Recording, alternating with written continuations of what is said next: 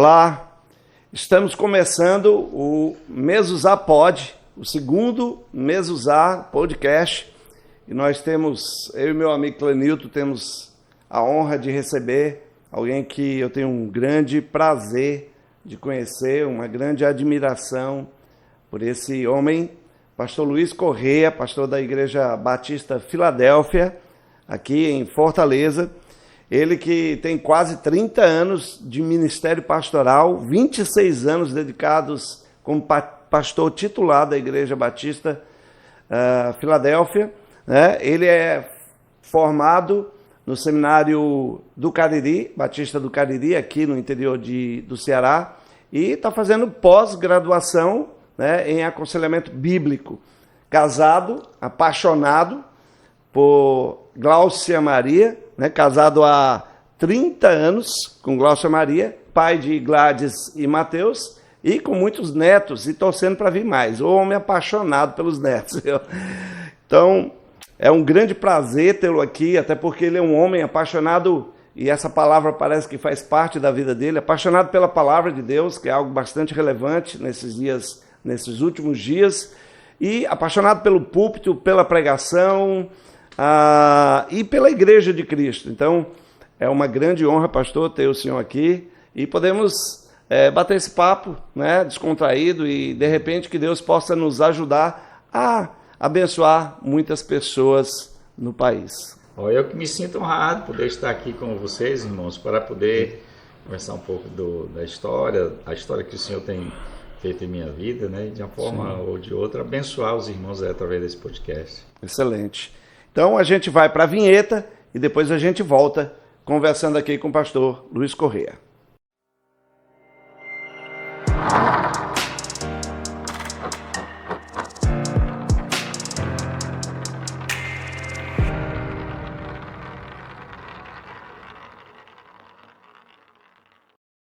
Então vamos lá. Ok. São 29 anos, pastor. Na verdade, é de 92, né? Eu vou fazer 32 anos. 32, tem mais 32. tempo do que o que sabíamos, né? Previamente. Verdade, Bom saber disso. E temos aí uma trajetória de inspiração, paixão por aquilo que faz. E qual o segredo?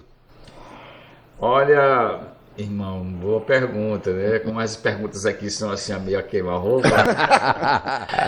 Eu acho que em tudo é a graça de Deus, né? A graça de Deus. Inclusive, essa é uma palavra que eu tenho como muito preciosa. Eu, inclusive, digo que se fosse resumir as Escrituras em uma só palavra, eu diria que essa caberia como uma palavra que sintetiza toda a Escritura, né? Graça.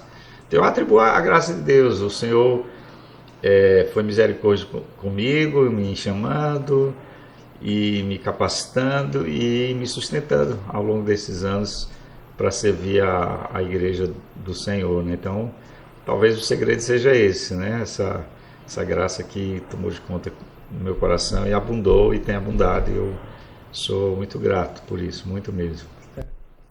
Legal demais. Eu estou lembrando de uma música que muito antiga, da nossa época, né? Quando eu terminar esta vida e lá no céu eu chegar, haverá uma multidão de irmãos esperando para me abraçar e perguntarão a uma voz, voltados para mim: conta-nos como você, irmão, venceu e chegou aqui.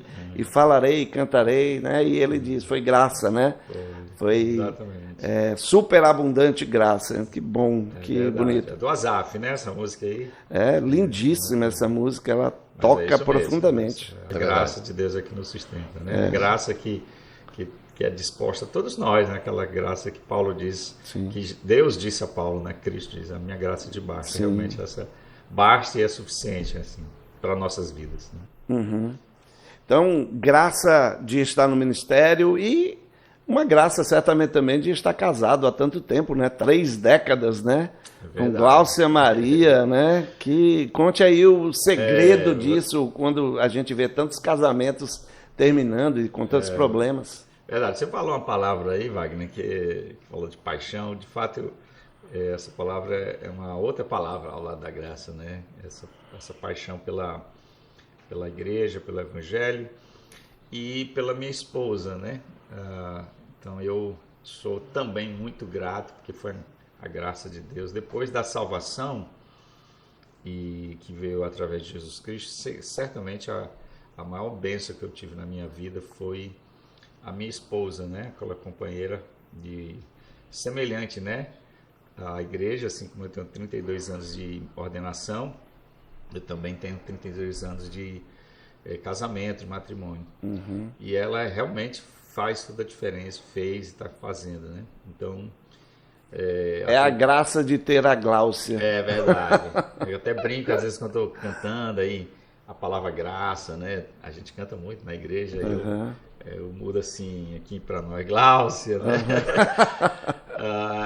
Então, ela é o fator, assim, preponderante. O pessoal diz assim, por trás de um grande homem, né? Tem assim, uma mulher...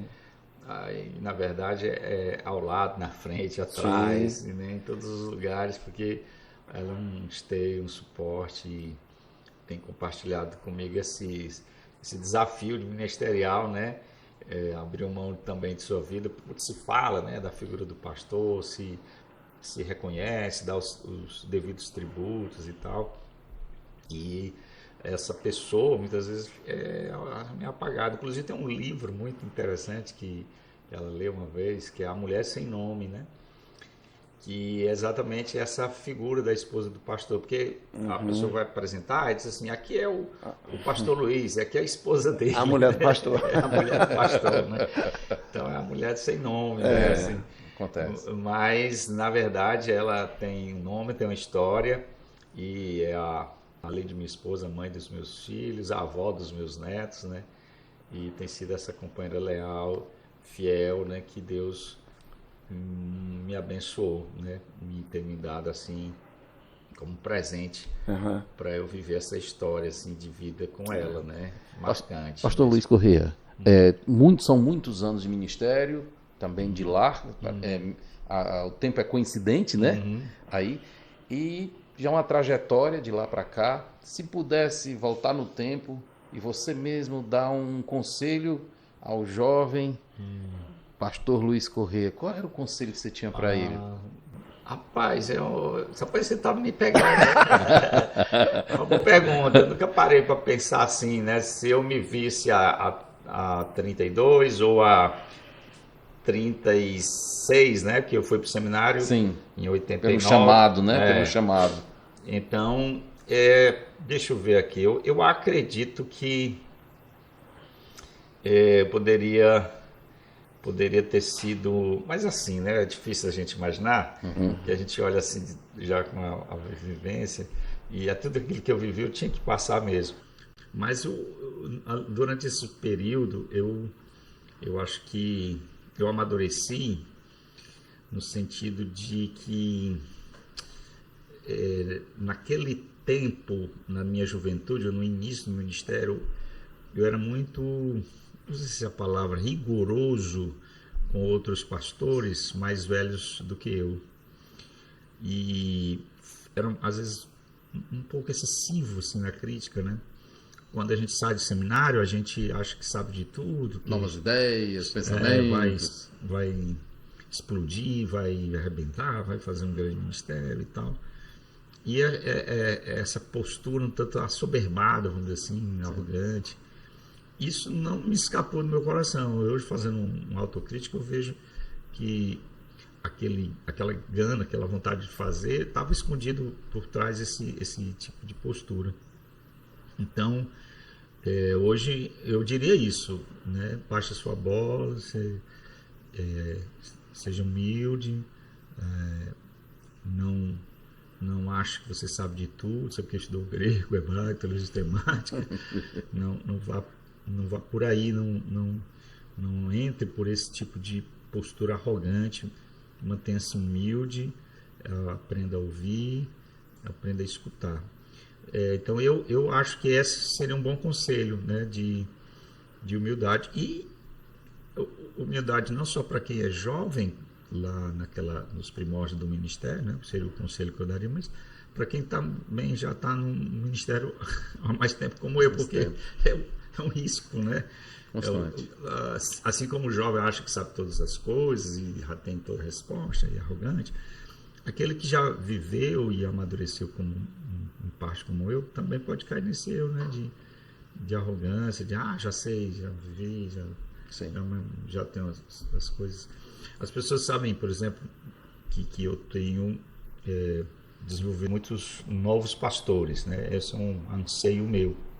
Eu disse de público que antes de morrer eu queria ordenar 50 pastores para o Santo Ministério. Desafio. Desafio meu que eu coloquei no meu coração, plantar igreja e levantar obreiros. Então,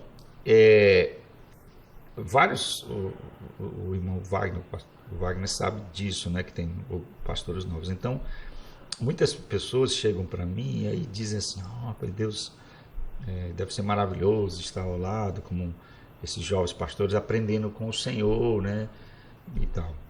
E eu sempre costumo dizer, sim, claro que não vou ficar com falsa humildade aqui dizendo que não tenho que ensinar, mas há uma relação também de troca, porque eu também aprendo com eles. Sim. Eu acho que esse é um problema dos pastores mais maduros. Eles se acham acima de tudo, de todas as coisas, né? Porque já viveram, já passaram. E olham de cima para baixo essas pessoas. E eu acho que essa geração, e tem uma geração vindo muito boa ali, do qual nós não temos que se enciumar, sabe? Quando eu vejo um bom pregador lá na minha igreja, os pastores novos que tem lá, que estão despontando, eu vejo uma boa exposição, uma boa pregação, eu fico muito satisfeito. Glória a Deus, porque Deus está levantando novos obreiros para associar. Isso muito me alegra. Então acho que é a humildade, né? Respondendo aqui, eu estiquei um pouquinho aqui, mas é a humildade. Tá bom? É o conselho. O senhor tem muito a falar e a gente, certamente, quem está nos vendo, tem muita vontade de ouvi-lo e necessidade de ouvi-lo. O senhor é uma pessoa, eu tenho visto isso. Esse é basicamente o principal motivo de eu estar na igreja Batista Filadélfia, por causa da sua paixão pela palavra, pelo púlpito, o seu zelo, seu compromisso, a sua atitude, né? Qual o versículo da sua vida? O senhor poderia dizer isso? O texto bíblico. O texto ou versículo? Ok. O texto. Eu tinha na minha Bíblia, quando eu fui para o seminário, o 1 Coríntios, que acho que é 9,16.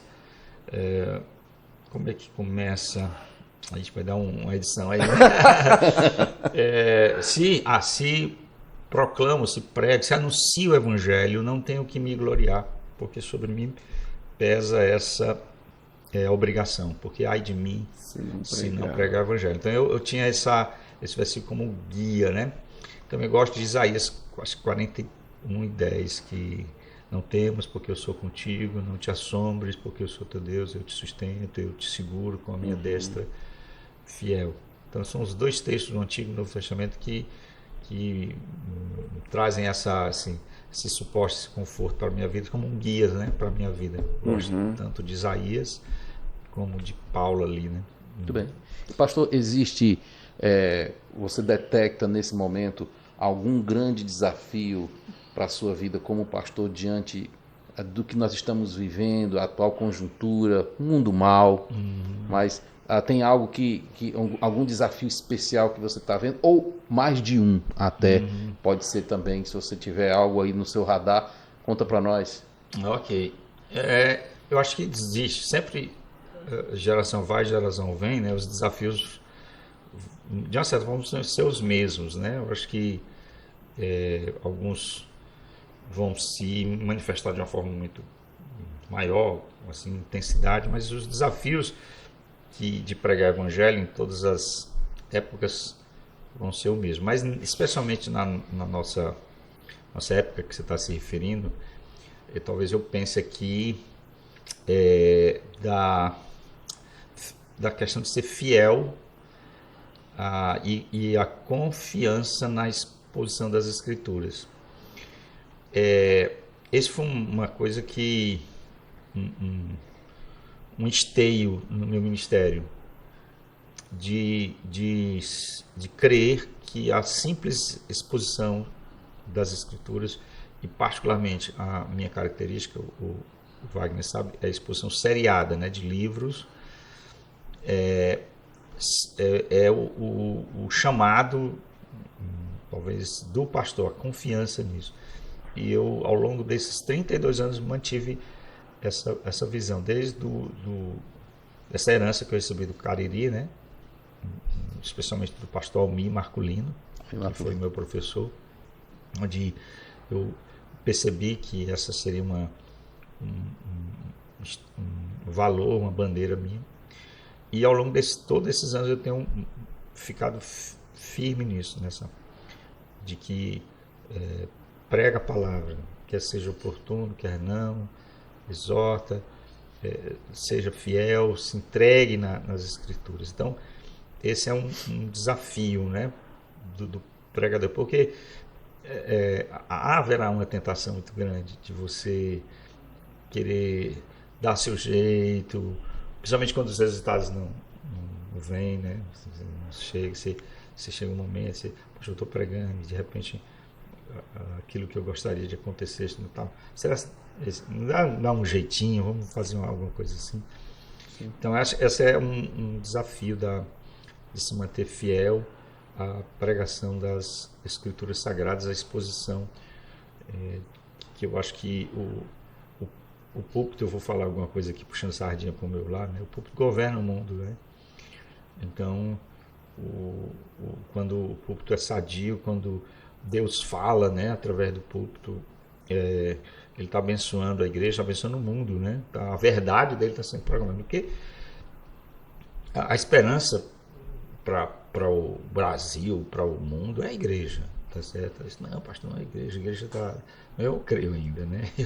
Eu creio que a igreja do Senhor Jesus é a esperança, respeitando todas as instituições humanas, políticas, educacionais, até mesmo a família, mas a igreja que vai trazer esperança através da fidelidade da palavra de Deus. Então, esse eu acho que é o grande desafio. Eu acho que existe outros, mas eu acho que isso é preponderante. O principal. E eu acho que essa luta de todos o pastor, tá certo? Muitos vão ser capitaneados pelo pragmatismo, por várias tendências, né, secularizadas, tentar alargar a porta que deve ser estreita, negociar o evangelho, enfim, vai ser seduzido por essas questões, essas pressões, e o pastor tem que se manter fiel, custe o que custar nas Escrituras. O pastor deseja vivenciar um grande avivamento na igreja? Sim, você falou uma coisa que tem sido um motivo de oração, era até então um motivo de oração muito pessoal, eu nunca tinha compartilhado isso, só entre eu e Deus. Mais de um tempo para cá eu resolvi abrir, expor isso no meu coração para a igreja, né? De que desejo sim experimentar um avivamento, né? Um avivamento. Você sabe que o fenômeno do avivamento tem todas as suas nuances, quem estuda o fenômeno na história, tanto na teologia bíblica, né? Tanto no Antigo como no Novo Testamento, a gente vê experiências de avivamento, como na história da igreja. Tem todas uma teologia, tem todas as nuances que eu não vou entrar aqui no mérito, mas eu creio em avivamento, tá certo? E eu creio que Deus pode avivar o indivíduo, né? Esses avivamentos pessoais, renovação, avivamento, avivar igrejas, avivar nações, né? Avivar nações, ou seja, assim como uma pedra que bate, né? Vai ecoando. Então eu gostaria de experimentar mesmo, assim, eu desejaria. Alguém já disse, eu lendo assim, que quando você passa por um avivamento, você não sabe que ele está, né? Depois você fala, passei por um avivamento e não sabia, né? Não é identificado de uma forma assim, clara. É assim. porque as pessoas têm uma visão, assim, às vezes errada até de avivamento. Né? Eles acham que é o céu na terra, no sentido de que tudo é perfeito, não tem nenhum problema. Por exemplo, o Edward, quando fala do avivamento lá na Nova Inglaterra, nos Estados Unidos, ele fala de alguns abusos, excessos, mas isso não invalida o avivamento. Sim. O próprio Atos, né? Atos seria considerado um avivamento. né? Atos da descida do Espírito Santo e tal, conversões, milagres e tal. Mas ontem mesmo eu estava falando aos diáconos da minha igreja, e Atos 6, né, o texto da Gênesis do diaconato, e tá lá o pessoal murmurando. Sim. Né? Quer dizer, avivamento não tem murmuração, tá lá o pessoal reclamando das viúvas. É um avivamento de pecadores, né? Atos 5, né? O Ananias e Safira. Então a gente tem que ter cuidado para a gente não poder colocar visões assim romantizadas de avivamento. Sim. E esperar algumas coisas que na verdade muitas vezes não são. Avivamento entre pecadores. O pecador vai estar lá, né? Vai estar lá. Mas eu quero experimentar, viver essa questão na minha vida aqui ainda, vendo em minha igreja, né? Algo desse tipo, né? Eu tenho é como se fosse o cantar ao Senhor aqui, cantar ao Senhor. Lembra da música? Enquanto o Salvador não vem. Enquanto o avivamento não vem, me diga aí, qual foi nessas 3 décadas um momento muito especial, um momento assim glorioso no seu pastoreio, na vida da igreja, um momento que marcou, que foi assim... Olha, um ponto especial na vida da igreja. É interessante, eu vou lhe falar, há alguns anos, acho que mais de 10 anos, aconteceu uma situação na nossa comunidade, na nossa igreja, de muita dor, muito sofrimento, muita angústia. Passei por uma provação ministerial, do qual até pensei que não escaparia. Eu tenho dito que na minha vida eu só fiz 3 votos. Eu sempre gosto de dizer isso, 3 votos.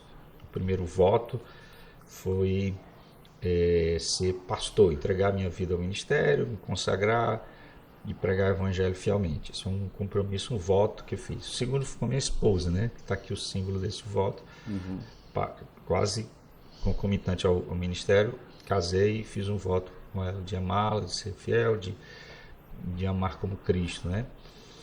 E o terceiro voto foi criar os meus filhos no temor do Senhor. A gente dedica os filhos, ali a gente faz um voto. Eu encarei isso como um voto, um compromisso diante de Deus, de que educar os meus filhos no temor do Senhor.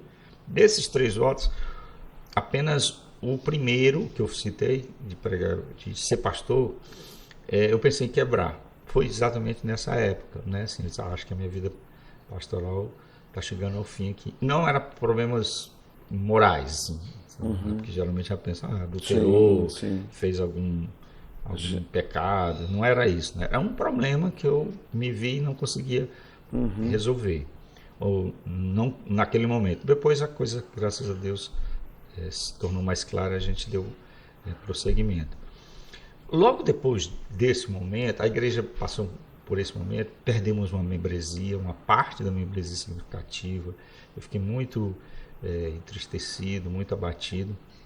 Mas logo depois disso, pouco depois, acho que 6, 7, 8 meses, começou a haver uma mudança na Filadélfia, que, se eu posso dizer assim, um ventinho, né, de um avivamento, alguma coisa assim, eu falei, avivamento, algo assim que eu percebi da boa mão de Deus, como o Neemias fala, né? A boa mão de Deus estava conosco. E está, eu diria que não estava, só está ainda. Sim.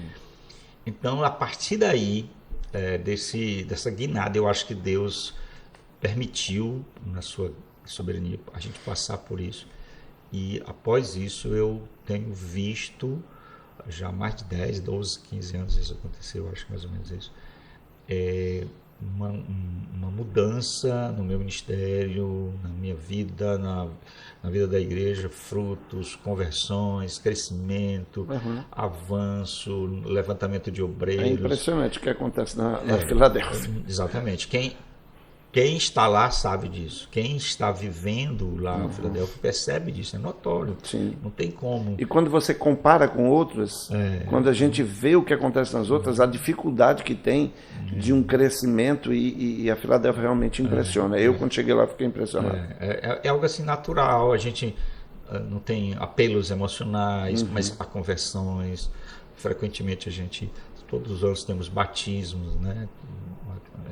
Adesões de outras pessoas, fluxo de outras pessoas para a nossa comunidade, plantação de igrejas, enfim, não só quantidade, mas os braços ministeriais da igreja, assim, a dinâmica do Espírito Santo em levantar pessoas, obreiros vocacionados. Nós temos pessoas se dispondo ao santo ministério, missionários. A gente tem abraçado missionários em outras nações, em outros continentes. Ou seja, é indiscutível, não dá para negar. Quem está lá, né, o pessoal diz assim, e aí, tu és o Messias, né, Jesus? Vem ver, né? Vem ver. Então, é esse o fato. E isso é marcante para mim. Isso foi essa angústia, essa noite dolorosa, Sim. noite escura da alma, né, como os puritanos diziam, que passei, para um novo tempo de entusiasmo, de alegria, de ver a mão de Deus, graça, né? de Deus assim, operando em vidas, em restaurando vidas, enfim, o avanço do Evangelho. Então, nós temos, eu acho que esse é o ponto marcante assim na meu ministério como eu diria assim, Deus dando assim a mão dele assim, assim, filho, eu tô com você, né? Poderia não ter nada acontecido disso, eu ainda estar vivendo a alegria de ser pastor, mas quem não quer, né, irmão? Quem não quer ver o fruto do seu trabalho ainda em vida, né? Porque às vezes o pregador prega, ele morre, né? E a maioria vê, foi né? assim, né? Muita gente não vê, né? A maioria. Mas Muitos não experimentaram. não experimentaram, né? Um planta, o outro colhe, né? Mas eu vi, né, ao longo desses últimos anos, essa década, Deus agindo, atuando assim de uma forma muito graciosa, poderosa sobre nós. Eu queria até voltar um pouco para aquele começo lá, onde a gente falou, né, do seu casamento, 32 anos, com Gláucia Maria.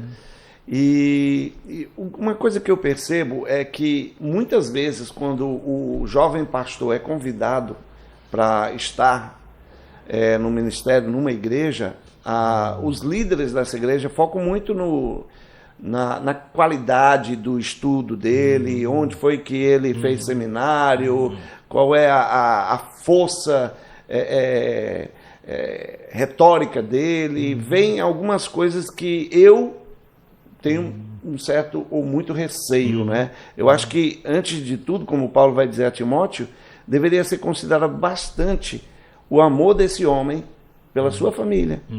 Como é que ele lida com seus filhos, como é que ele ama realmente a esposa, porque a gente percebe que muitos pastores não têm um trabalho muito bom dentro de casa, não realmente se dedicam sacrificialmente à sua esposa.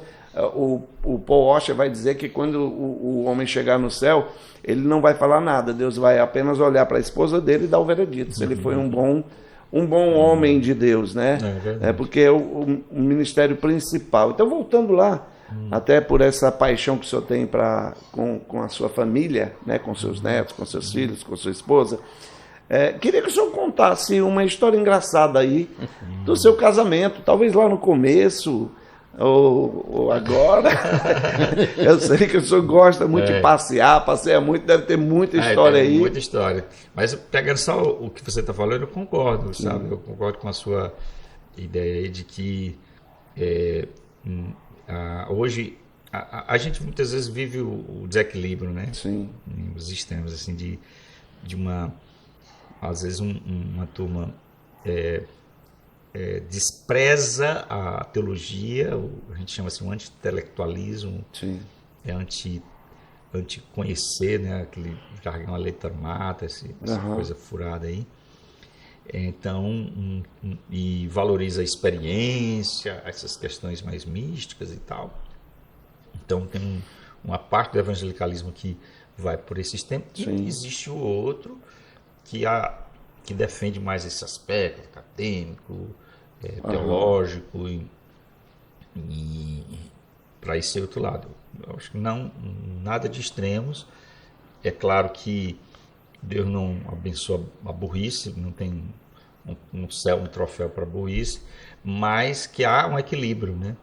E que eu já vi um dado, Wagner, que é os grandes servos de Deus que se formaram no ministério e que produziram mais frutos, paradoxalmente, não foram as grandes celebridades intelectuais que saíram de lá.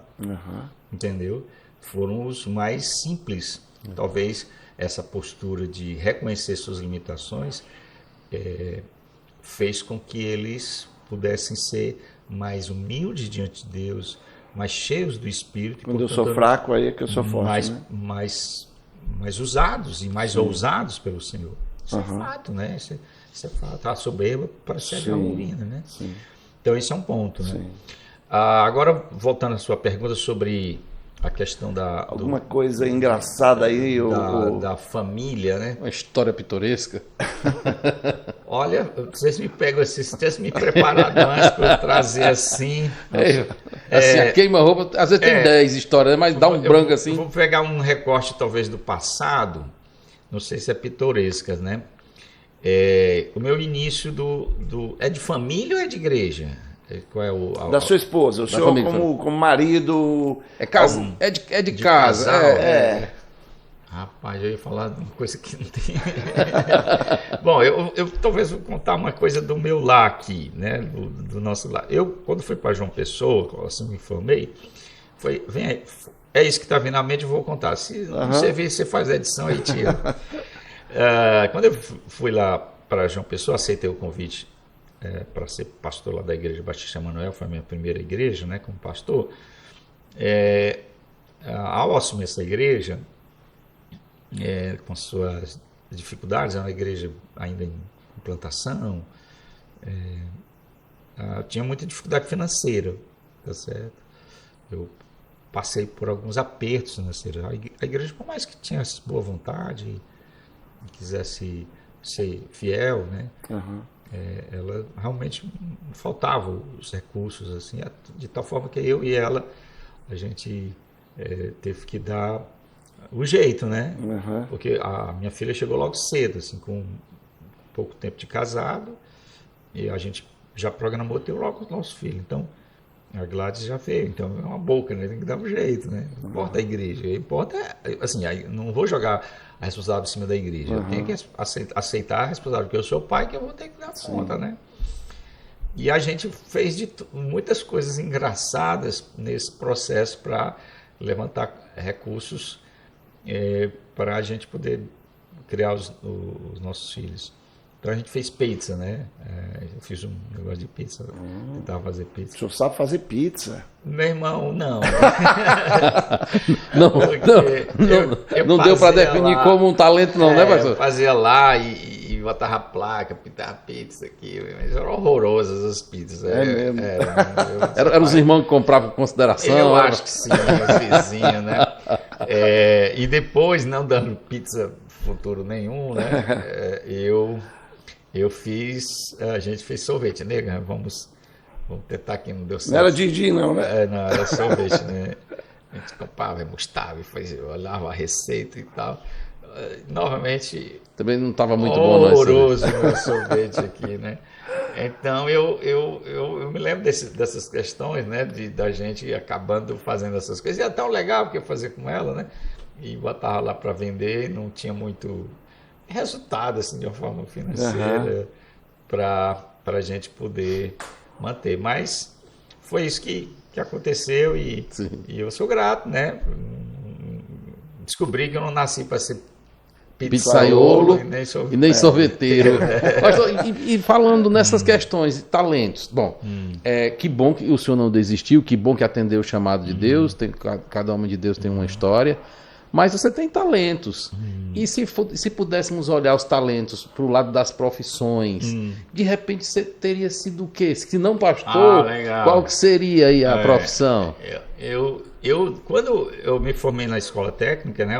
O senhor chama IFCE, mas eu só chamo escola técnica. Que é do tempo, né? Cada um tem o tempo. Tem o povo do IF, tem o povo da escola técnica. Né?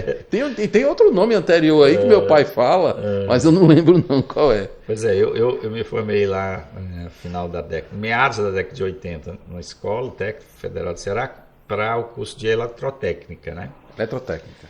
E cheguei a exercer brevemente a profissão, mas não me demorei muito, porque eu já fui em 89, terminei o curso em 88, meio de 88, e fui para o seminário em 89, janeiro, fevereiro. Mas o meu alvo era para esse lado da parte de eletrotécnica, de engenharia, né? Sim. Que eu gosto muito de matemática, gosto muito de física, ciências exatas, assim, eu sempre fui muito estudante, muito aplicado, gostava muito e me via nesse caminho da área dessa parte de eletrotécnica, engenharia eletrônica. Um pouco na área das exatas aí, né? Também gostava muito de ensinar, né? Sim. Então, talvez o magistério, assim, o ensino, talvez pudesse ser atraído. Mas hoje, sabe uma coisa, eu já que falei aqui de sorvete, de pizza. Uma das atividades assim que eu faço, que eu gosto, mas para mim um prazer cozinhar. E hoje agora a profissão, chefe, Masterchef, a gastronomia, né, ficou em moda e tal. Mas eu acho aquilo ali uma arte assim muito muito bonita, muito bela assim, temperar sabores, né, odores, essas questões, gostos. Sim. Eu gosto demais. Hoje, né, seria assim com a terapia é legal, assim, eu faço assim, gosto dessa atividade, assim, eu acho muito bom. O senhor tem algum talento assim escondido, alguma coisa que o senhor sabe fazer que ninguém da igreja... Eu não sabia que o senhor gostava de cozinhar. Eu sei que o senhor toca muito bem, né? Canta. Canta Tem um cantor também aí? Rapaz, ele quando chega aqui, ele pega o violão e passa muito tempo aqui louvando. Nas artes. No campo das artes, pastor. No campo das artes aqui agora, né? Parece que tem alguma coisa por aí, né? O senhor tem algum talento escondido aí? Sabe tocar gaita? Não. Violino? Eu só aprendi a tocar o violão por causa de uma necessidade, né? Sim. Eu percebi lá na igreja, lá em Filadélfia, que eu me converti na escola técnica através de um servo de Deus chamado Tomé Bezerra, que me compartilhou, um colega de sala, que gosta do evangelho, e fui me congregar na igreja que hoje eu sou pastor, né? Isso é uma coisa muito peculiar. Fui lá e entrei na membresia e servi por anos na Filadélfia. E quando eu cheguei lá na Filadélfia, não tinha nada, era tudo a capela. Entendeu? As músicas eram cantar a capela. Então, vendo a necessidade, eu comprei um violão e fui autodidato, aprendendo. Comprando aqueles cadernos de cifra, né? Eu me lembro disso, dos corinhos, né? Fazendo ré e tal. E fui desenvolvendo, mas foi apenas para aquele propósito. Nunca desenvolvi, nunca coloquei assim muito, porque eu disse, eu vou usar isso aqui, eu acho que isso aqui basta. Tá entendendo? Não desenvolvi. Como bom dispenseiro, né? Na necessidade. E me foi muito útil, irmão. Interessante, porque depois, quando eu fui, por exemplo, para o interior, que na época do seminário a gente cuidava das congregações lá, então eu usava isso, porque às vezes as congregações eram muito carentes. São carentes e muitas continuam assim, então, carecendo. Eu fazia de tudo, né? Dirigia, tocava, pregava, tirava oferta, era tudo, né? Tinha essa coisa por causa da necessidade, então foi útil demais. Quando eu fui lá no meu ministério, usei muito esse recurso, mas eu acho que é só esse, assim, eu gosto de tocar, sou animado para tocar, né? O senhor faz poesia? Eu fiz algumas. O senhor é bom na escrita, o senhor falou nas exatas, mas o senhor gosta de literatura? Eu gosto de música clássica, eu gosto muito, assim. Todo dia, irmão, eu escuto música clássica. Minha esposa é testemunha. Eu amo bar não é bar. Johann Sebastian Tem um H mudo aí pelo meio. Certo. Mozart, Vivaldi. Eu acho aquilo ali espetacular. Tá entendendo? Com todo respeito o pessoal fala que as pirâmides são uma coisa assim fora do normal, pois aquilo ali é fora do normal, né? Música clássica, principalmente para nós nesses dias de música tão... Então eu gosto demais de admirar a música. Música, né? Tem uma coisa que não é música. No caso, música erudita. Pastor, nesse campo da admiração, aproveita e já diz qual é o prato preferido aí, que o senhor também gosta de cozinhar, então tem uma coisa que o senhor gosta de fazer. Bom, eu gosto de comidas regionais, assim, sabe? Eu aprecio. Um salmão com alcaparra. É isso, homem. Regional. É o que quando ele vem aqui, a Daniela é aqui e acolá faz Mas, uma comida. Mas eu acho que é difícil dizer um prato que eu não gosto. Sim. Tá entendendo? Mas muito difícil, eu talvez não desconheça. Eu gosto de experimentar coisas novas, assim, Sim. de pratos exóticos, assim, eu gosto. Então tá valendo. Mas, Sarrabu e buchada. exatamente, o que você está falando, assim, eu aprecio muito essa culinária nossa regional, né? Eu gosto de comidas típicas nossas. Agora tem que ter cuidado, porque tem um luto com colesterol, né? Aí eu tenho que ter muito cuidado, mas eu não sei, de vez em quando eu visito, assim, uma panelada, uma buchada, assim. Vai aquele com aprecie com moderação. Né? Não é... Uma pergunta que certamente muita gente tem. Vai ter comida no céu, pastor? Ah, sim, vai, sim, irmão. Essas variedades que nós temos aqui, eu não sei, infinitamente mais. Tinha um maná aqui, né? Sempre tem um dilema, né, que o pessoal fala aí, a gente até brinca, né, porque falando de que não haverá morte, né, portanto a gente não poderia comer algum tipo de carne, né, mas não é problema para o Senhor, não, né? Essas Não é problema coisas, para o Senhor, não, ele pode providenciar essas carnes sem morte. Pressupondo que não vai haver, né, nesse sentido. Sim. Mas tem, eu creio que tem, sim, irmãos. Inclusive, a minha visão escatológica é que muito que nós vamos viver é muito continuidade do que já temos vivido. Uhum. Entendeu? Há mais continuidade do que descontinuidade, no sentido de que a realidade eterna não vai ser tão absurdamente diferente do que estamos experimentando aqui na Terra, né? Afinal, eu acredito que a Apocalipse diz que a Nova Jerusalém desce à Terra e que o Senhor vai habitar aqui, né? Entre nós. Então, embora a gente sabe que o céu, hoje a gente vai para o céu depois da morte, mas o fim é aqui, né? Afinal, uma vida em comunhão com Cristo, uma vida abundante, é uma vida interessante de se viver. Estamos convivendo com a situação do pecado, mas em Cristo podemos viver uma vida feliz e, por que não, repetir isso de uma forma muito melhor ainda. O que ele deixa muito triste nesses... Paulo dizia ali, né? Estamos nos últimos dias. Então, eu costumo dizer que nós estamos nos últimos dias dos últimos dias. Nesses dias tão malignos, né, que a gente tem visto e se assustado, o que ele deixa mais triste em relação às igrejas que se dizem cristãs no Brasil? Eu vou voltar ao tema aqui, né, que eu falei da fidelidade do púlpito. Eu acho que é isso, né? Como eu creio que o bom pastoreio começa pelo púlpito, não é que é só o púlpito, é bom que se diga isso, né? Eu não sou ingênuo de acreditar que só e tão somente apenas a pregação fiel das Escrituras vai lidar com toda a dinâmica de uma igreja, tá certo? Existe, começa por ali, mas existe necessidade do aconselhamento, do pastoreio pessoalizado, né? Do cuidado, né? Que transcende o púlpito. O púlpito não alcança particularidades, às vezes, que só uma visita, um aconselhamento pode alcançar. Então, baseado nisso, eu acredito que a grande tristeza é isso, né? A gente vive hoje essa disseminação assim, muito grande por parte das chamadas mídias. Aqui a gente está usando esse instrumento, né, do podcast, mas tem N instrumentos com o advento da internet. Isso teve a possibilidade da boa teologia ser espalhada e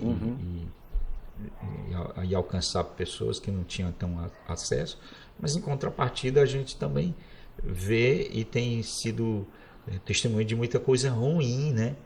De muita coisa deplorável dentro do Evangelho, por parte de líderes que não são fiéis, não são ortodoxos nas Escrituras, e que portanto trazem tristeza, né? Pessoas na mão de líderes déspotas, líderes personalistas, né? Líderes sem caráter, né? Sem temor, Usam a igreja, né? Então, eu não estou dizendo que está todo mundo assim, eu estou dizendo que há uma parte significativa que a gente vê e que essas pessoas pregam um evangelho ruim, açucarado, diluído, e que trazem um mal muito grande para a igreja, né? Então, como eu tenho recebido a gente tem acolhido muitas pessoas egressas de nichos evangélicos dos mais diferentes, eu escuto coisas que você não imagina, né? Do que se ensina, do que se prega, de como se pastoreia, do modo como se pastoreia. Tem dificuldade até de acreditar, né, pastor? Tem coisas assim que é lágrimas, tem pessoas que vêm feridas demais, machucadas demais, famintas demais. Essa semana mesmo, ontem foi quinta-feira, sexta. Foi quinta, recebi um casal que está já assistindo aqui na nossa igreja, vem de uma outra comunidade e que fala, né, claramente de que falta mesmo, né? Ensino, palavra, há muita estrutura, hoje em dia nas igrejas valorizam essas questões estruturais, que tem seu valor, não estou dizendo que isso não tem importância, mas que atraem muitas pessoas a partir dessa pegada, né, do som, de luzes. É uma isca, né? Das estruturas e até de coisas aparentemente boas, mas que no fim são perigosas. Por exemplo, igrejas acolhedoras, né? Aquela igreja é muito acolhedora e tal. Tem muita atividade, tal, os casais participam de muitas bom coisas. E tal. Aí as pessoas são atraídas, inclusive a pessoa que veio, né? A esposa, é um casal, veio até com a filhinha.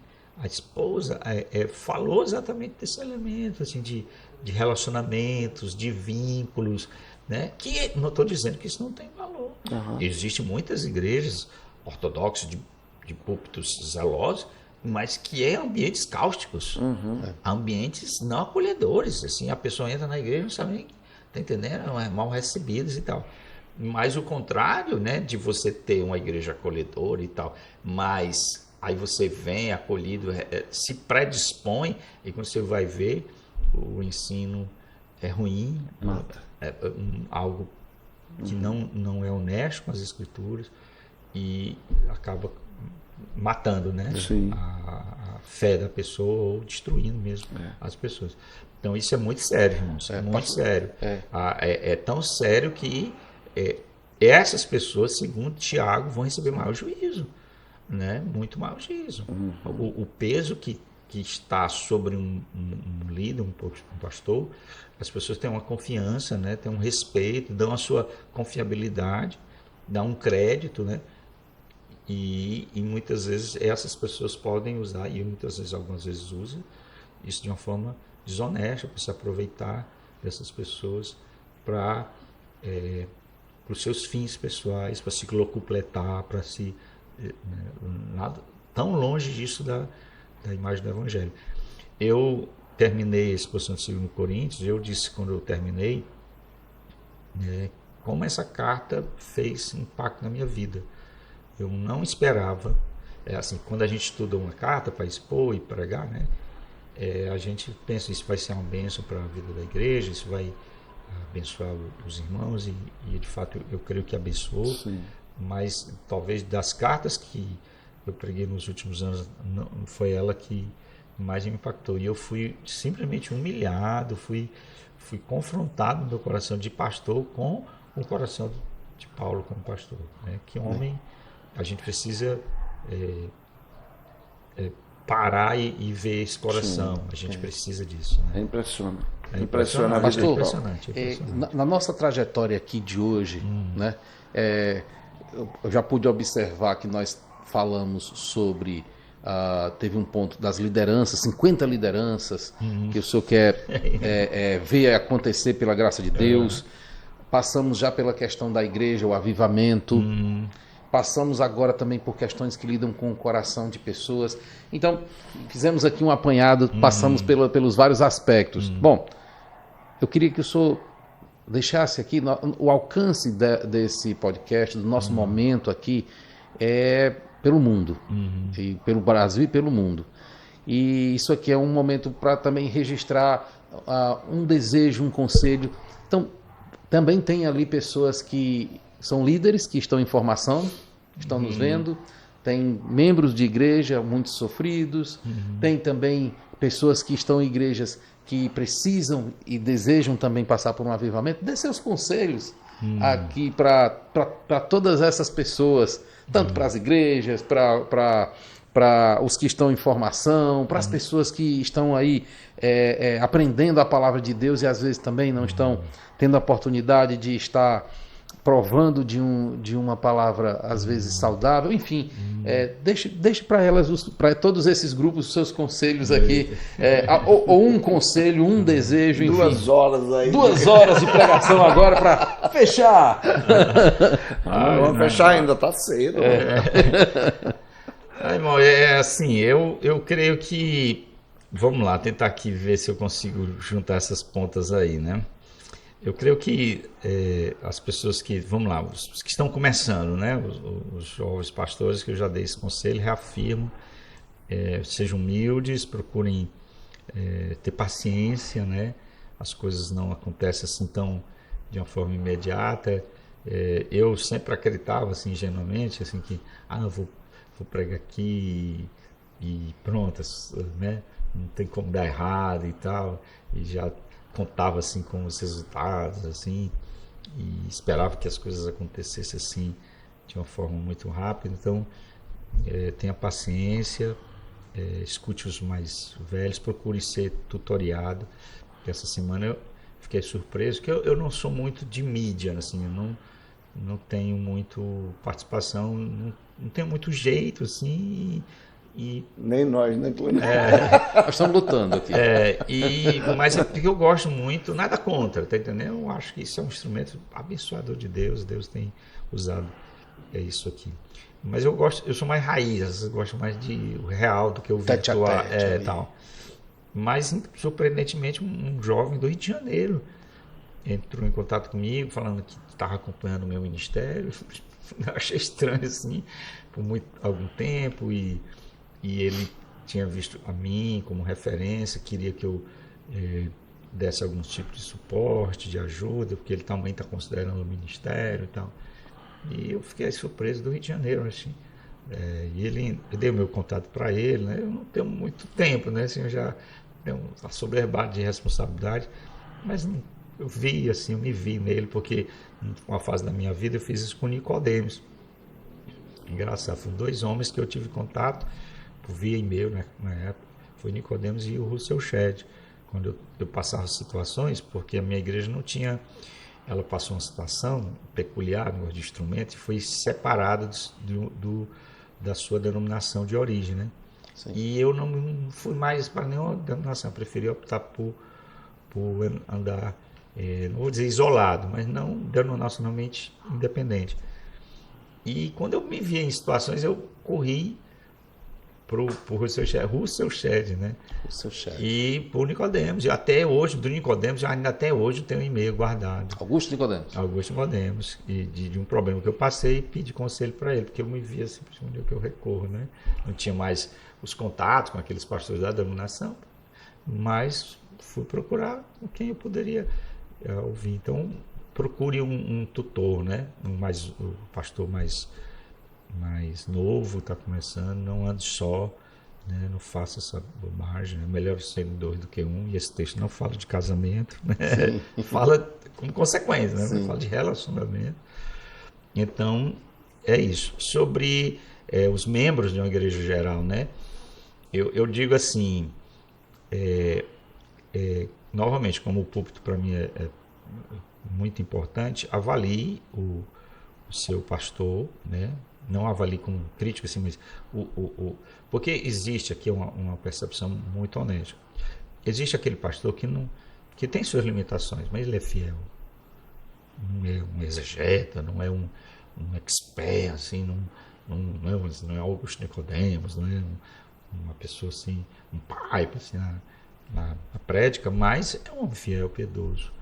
Então, respeite, né? Ele é o pastor. Eu sou professor de homilética, né? E teologia pastoral também dei. Sim. Dei várias disciplinas já no seminário.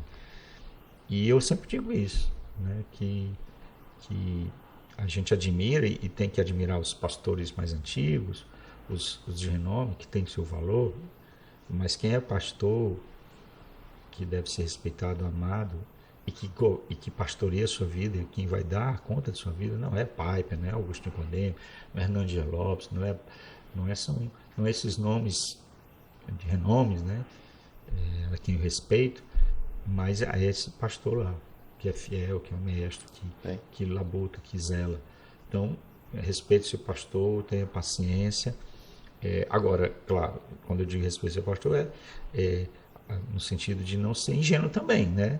Porque dentro do movimento evangélico tem aquela coisa do tipo, não toques no seu ungido, para blindar o pastor, para ele poder pregar todo tipo de coisa, agir de uma forma errada, contra as escrituras, e ser blindado de qualquer crítica. Então não é esse tipo de coisa que eu estou dizendo. Claro que se você perceber na sua igreja que não tem como fazer, ajudar, e a visão está colidindo mesmo, né? Então procure outra comunidade. Sim. Não crie problema, não queira dividir a igreja. Não piorar, né? Não piora a situação. Não é esse o espírito cristão. Procure uma comunidade que se alinhe e vá servir lá. Então esse é um outro conselho para os membros. Eu dou isso. Bom, eu acho que excelente. Com Já certeza. estamos aqui com quase, talvez 1 hora, né? E eu queria, me diga aí como é que o senhor vê o seu primeiro dia no céu? Primeiro dia no céu? Quando o senhor chegar lá na glória, é que vai ser? Parece que tem comida, isso aí eu já entendi. Não sabemos se tem buchada e sarraboi. Mas estamos entendendo que vai ter, pela opinião do pastor. Comida. Teologicamente, a gente tem o texto lá de Jesus ressurreto, comendo peixe, né? Sim, vamos cear, né? Vai ter um banquete nas bodas do Cordeiro, né? Hei de comer convosco beber, né, convosco no reino. Então ele está falando de bebida, não vamos metaforizar aqui, né? Ele está olhando para a bebida. Graças a Deus, né? Então, tem um hino, um clássico, né? Que primeiro eu quero ver meu Salvador, né? Bem antes não é da minha época, não, ao redor. Há um hino clássico, antigão, né? Que fala disso, né? Das primeiras coisas que a gente quer ver, né? Você vê é o Senhor, né? Partindo desse fato de que eu vou ao encontro dele, não, ele virá meu encontro, que é todo o ansejo ansejo de Paulo, né? Depois nós, os vivos, o que ficarmos, seremos arrebatados. Ele tinha a experiência de a esperança de não passar pela morte, mas se encontrar com o Senhor sem esse angústia da morte, né? Mas, se caso seja esse o destino meu aqui, de Senhor me levar, né? Primeiro, segundo a Bíblia, pelo menos se eu seguir o padrão, né, de Lucas 16, vou ser recebido pelos anjos, né? Foi o Lázaro lá, né? Diz que os anjos receberam ele, né? E então veio o Senhor, né? É claro que será uma experiência gloriosa e certamente os grandes homens de Deus. Se o meu pai na fé já estiver lá, né? Que foi o Tomé Bezerra, sempre eu falo isso, né? Perdeu o contato com ele, foi? Não, eu entrei em contato com ele faz 1 mês e meio. A gente está marcando para se reencontrar, tomar um almoço, a gente se encontrar. Ele, inclusive, deu um ok. Muito bom. Eu tenho até que me lembrar disso para agendar, senão a gente não realiza esse. Mas se ele estiver lá antes de mim, né? Se chegar lá, certamente serei muito grato, porque imagina, né? Eu sei que foi Deus, mas Deus usou os seus, né? E a gente tem que reconhecer isso, né, irmãos? A gente é muito pobre em elogio, em agradecimentos, né? Isso é uma coisa muito medíocre da nossa parte. A gente tem que reconhecer esses homens, né? E eu teria como agradecer. Foi a pessoa que teve paciência, né, que eu sou um calvinista, eu creio na soberania de Deus, mas creio que Deus usa os seus instrumentos, né?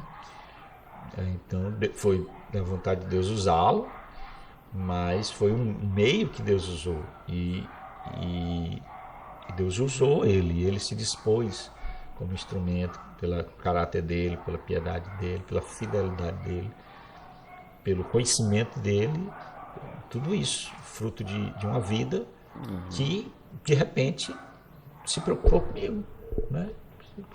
Ele olhou para mim, Sim. viu a minha curiosidade e, a partir daí, por 1 ano e meio, me evangelizou. Então, certamente, é um abraço, né, que eu daria. Sim. O senhor sabia que, contar uma história aqui, o senhor que é um entrevistado, mas vou dizer aqui, eu encontrei um jovem na igreja, depois de anos, convertido, e eu disse, rapaz, que coisa maravilhosa, você está aqui, que bênção, Deus lhe salvou também e tal. Ah, naquela época, há 10 anos, 15 anos atrás, a gente perdido estudando inglês. Aí ele disse, não, eu não estava perdido não, eu estava salvo. Eu olhei para ele e disse assim, e você não pregou o evangelho para mim? O semblante dele descaiu, sabe? Ele sentiu um impacto muito forte. Ele não pregou o evangelho para mim. Né? E depois a gente se tornou amigos e está tudo bem, graças a Deus, somos salvos, somos realmente cristãos. Mas isso pegou, sabe? Ou seja, a gratidão por essas pessoas que nos ministraram, né? É graça, é gratidão eterna mesmo. Verdade. Estaremos no céu saltitando como bezerros soltos na estrebaria, será? É verdade, a gente vai ter experiências assim inimagináveis, né? E só a experiência de não ser mais refém ou escravo ou dominado pelo pecado. Sim. A gente não é mais escravo, né? Eu entendo isso. Mas o pecado não está mais em nossa vida. Imagina a experiência gloriosa de tudo que você pensa, tudo que você fala e tudo que você faz, nunca macular, nunca ir contra o seu Senhor. Imaginou, né? Sim. É o céu, né? É a glória, né? É a glória, né? Todo o seu pensamento está redimido, toda a sua palavra é redimida, todas as suas ações estão redimidas, você está livre desse, como Paulo diz, ai de mim, né? Assim, como ele diz, quem me livrará desse corpo da morte, né? Sim. Então, essa luta de querer fazer o bem e não conseguir. Né? O salvo, ele vê isso como um céu mesmo, né? Essa redenção que a gente já antecipadamente sente, porque o Espírito Santo já nos dá o poder, né, de lutar contra a presença, né, do pecado, mas no futuro estaremos livres, em definitivos, redimidos, né, glorificados, e aí experimentaremos essa bênção, né, de viver uma vida livre de tudo isso, né? A gente vai amar os nossos melhores sentimentos, por mais bons que sejam, ainda estão imaculados, né? Sim. A gente pode amar nossa esposa, tudo nosso ser, mas mesmo assim a gente não vai tirar o 10, né? Nunca vai ser tudo aquilo que poderíamos ser, né? Sim. Então a gente aguarda essa redenção plena aí, né? Esse momento agora que é muito bonito. Cantai ao Senhor, vai, pastor, autor. Essa aí é fácil pra ele. Olha aí, Júlia. Olha aí. Da minha fé. A música que talvez ele mais gosta é essa. Todo final de ano tem que cantar essa música com toda a igreja dada as mãos, né? Dando as mãos. Paulo César. Essa aí foi fácil do mês exato. Se tivesse cantado o Senhor direto assim, tava bom demais. Ele me ajudou aí. Bota uma genealogia aí de Deuteronômio, de números aí, pra ver se ele... Muito bem, excelente. Vamos fazer um ping-pong? Vamos lá. Bate e responde, né? Ping-pong, bate e volta. A comida o senhor já falou, mas um livro, que não a Bíblia, claro. Peraí, ele não falou o prato não, o preferido o não. Prato? Não falou puxada, sarrabu e o pratos típicos. Não, ele não falou o preferido não. Não, então vai assim, lá. É aquele que diz assim, poxa, se agora eu pudesse comer, pá. Eu gosto de muitos pratos assim, mas se eu for para escolher um, eu gosto de sushi, eu gosto de sushi. Olha aí. Sushi é bom. Um livro. Hoje o pessoal mudou esse livro, o nome, não sei porquê, mas um livro que fez uma diferença muito grande na minha vida, Teologia da Alegria de John Piper, que hoje é Em Busca de Deus, né? Esse livro foi uma guinada na minha vida, assim. Eu conheci o Piper, né, através desse livro. E é engraçado, eu falei do Shedd, eu estava lendo um livro do Shedd, Russell Shedd, e nesse livro do Russell Shedd ele diz assim: eu fui impactado e isso mudou a minha visão, minha vida, através de um livro de John Piper, Teologia da Alegria. Aí eu disse assim: Quem é esse John Piper? O que pode impactar o seu Shedd? Porque todo mundo sabe, né? A filha dele, né, diz que nunca... Você só sabe que ele é pecador porque ele... A Bíblia diz, né? A filha dele deu o testemunho dele. Impressionante. Né? Só sabe que é pecador porque a Bíblia diz que todos pecaram, mas que ao longo da vida... Integridade daquele homem, não sua vê, história. Né? Aí eu disse assim: como é que pode? Se o Russell Shedd foi impactado, deve ser um livraço. E adquirir ele realmente foi tudo aquilo, mais do que até eu pensei, assim, foi porque a partir daí eu conheci a vida e a obra, né, do Piper, que também vou abraçar, né, que sou muito grato, Sim. Muito mesmo. Foi uma influência, tem sido uma influência. Tenho todos os livros de John Piper publicados em português, todos. Li vasta maioria deles e isso mudou mesmo a minha vida, principalmente ministerial. Ele conseguiu fazer algo que muitas vezes eu não conseguia fazer isso, eu não via isso, que é lidar com essa paixão, né, com a palavra, o zelo doutrinário, a ideia de fidelidade, de estudo, de conhecimento, né, lidado com a devoção, com a paixão, né? Então ele casou bem nisso, você percebe, né? Ou alguém muito acadêmico, frio, tá? Então, até hoje em dia eu me lembro que quando a gente comprou um microfonezinho sem frio, o meu sonho era ter um microfone para fazer assim. Aí tem até um memezinho que rola aí, né? Eu fazendo assim. Porque esses jovens são um perigo, né? Não nego, nunca neguei. Então o teólogo nesse ping-pong aqui é John Piper. John Piper. Embora eu tenha várias outras referências, né? Difícil deixar os nomes fora aqui, mas... O próprio John Piper tem influência, né? Edward, Augustinho, ele gosta... Não é teólogo, mas ele é... O C.S. Lewis é uma influência, né?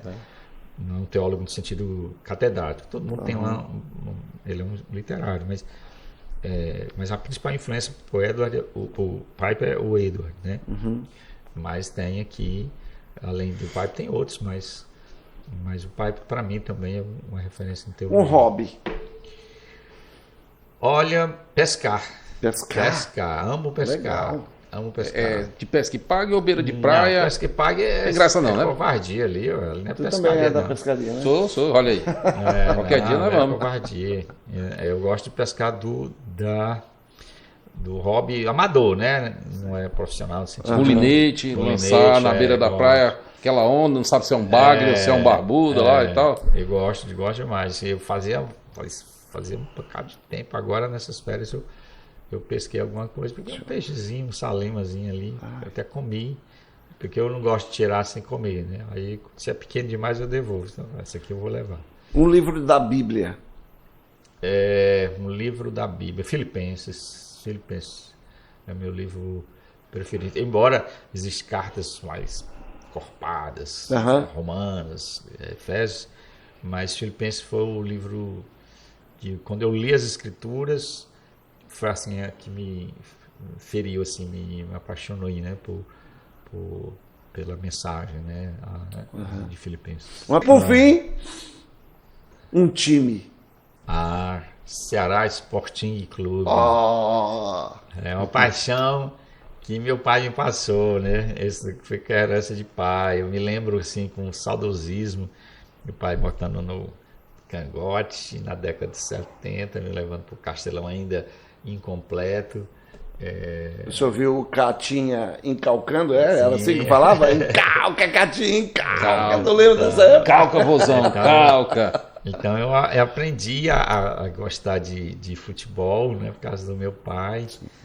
E passei isso também pro meu filho aí. E gosta, até hoje gosta. Pena que ele não está Esporte, tão bem, né? Inclusive, pô, falando de eternidade, vai ter esporte na eternidade. Olha aí, Vai olha ter aí. Eu ia até futebol. perguntar, pastor, será que dá certo só um timezinho no céu? Vai ter que ter, né? Competição, como é que fica? Mas ia entrar num campo complicado. Vai ter jogo, vai Tem ter alguns irmãos só atividade. dá certo perfeito jogando bola, viu? Porque Vai ter falta, não vai ter briga, né?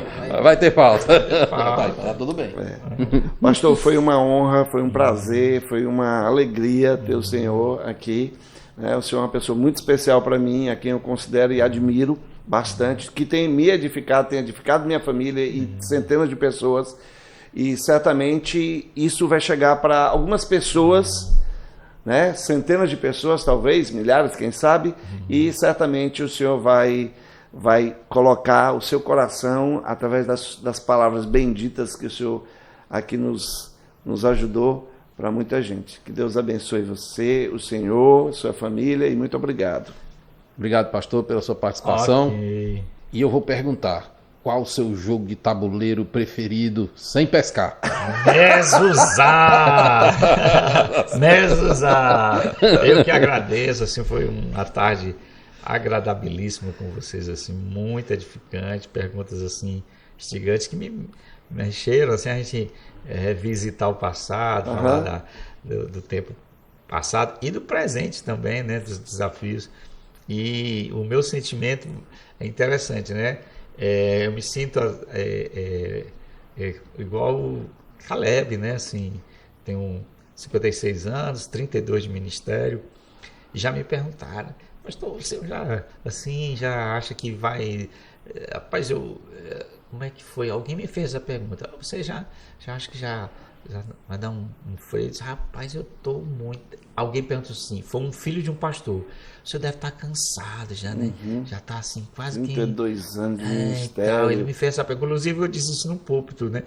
Irmão, uma pessoa me perguntou, eu disse, rapaz, Deus foi um susto para ele. Rapaz, eu estou muito empolgado. Estou começando agora, Igual né? um menino, igual o Caleb, né? Caleb, 85 anos, eu vou pegar minha espada, vou conquistar tudo aqui. Então, esse é um sentimento que Deus tem me dado de vigor, revigorando-se mais ainda. E eu espero que o Senhor continue nos abençoando. Amém. É uma alegria ter esse momento com vocês e peço a Deus aí que use esse podcast para alcançar pessoas, para fortalecer obreiros, para edificar a igreja aí, para a glória de Deus. Assim seja. Amém. Amém. Então, foi muito bom, foi realmente um momento glorioso, né? É bom pensar nas coisas lá do alto, né? E fica conosco.